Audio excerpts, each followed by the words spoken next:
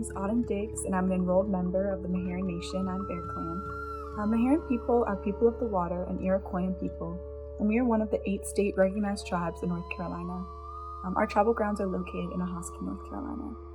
To understand Meherrin people is to truly understand the complex histories and intricacies of settler colonization in the Southeast. Meherrin people once resided in what is now referred to as Virginia. The efforts of settler colonization displaced Meherrin people to North Carolina, where our tribal grounds and many of our people now reside.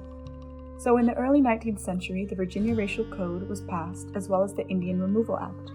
These effectively eliminated Native people from any official records, and we see this again in the 1920s when Walter Plecker, a racist Nazi, was elected to Virginia's Bureau of Vital Statistics. Plecker deemed that there were only white and black people left in Virginia, and that there were no more Indians left. These continued acts effectively erased Native people in the state's consciousness, not to mention that by asserting that there are no more Native people left, you erase the possibilities for support and resources through policy for Native people. And these beliefs very much persisted in Virginia and the Southeast at large, and still do today. Our people are, and always have been, especially diverse. So other anti-Blackness and racist policies asserted by the state have affected our people greatly. When I think of my people, I consider these intentional efforts that have been curated to erase us. This legislation that I just cited are just a few examples of the way that settler colonization has aimed to erase our people, and I think about how we have resisted this for centuries. In a world and a society that has deemed us disposable, we have known and asserted otherwise.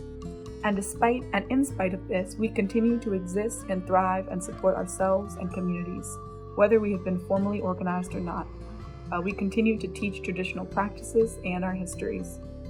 I take great pride in knowing the history of our people and all that we have endured and that we continue to endure, because that knowledge is what makes our people's sheer existence beautiful.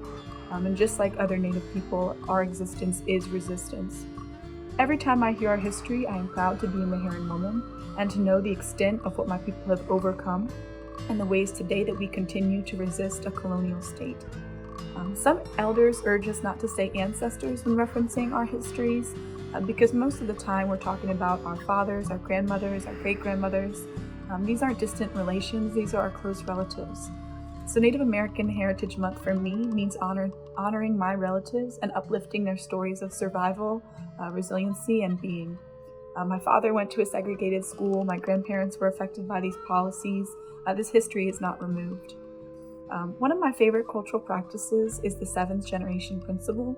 The 7th generation principle asks Haudenosaunee people to consider how every decision and choice made affects our people and children in 7 generations, and it instructs us to live with great deliberation.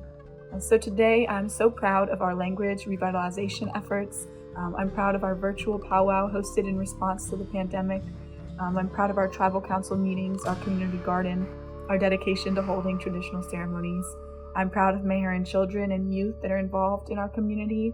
I'm proud of the ways we honor our matriarchal culture and our historical culture of healing.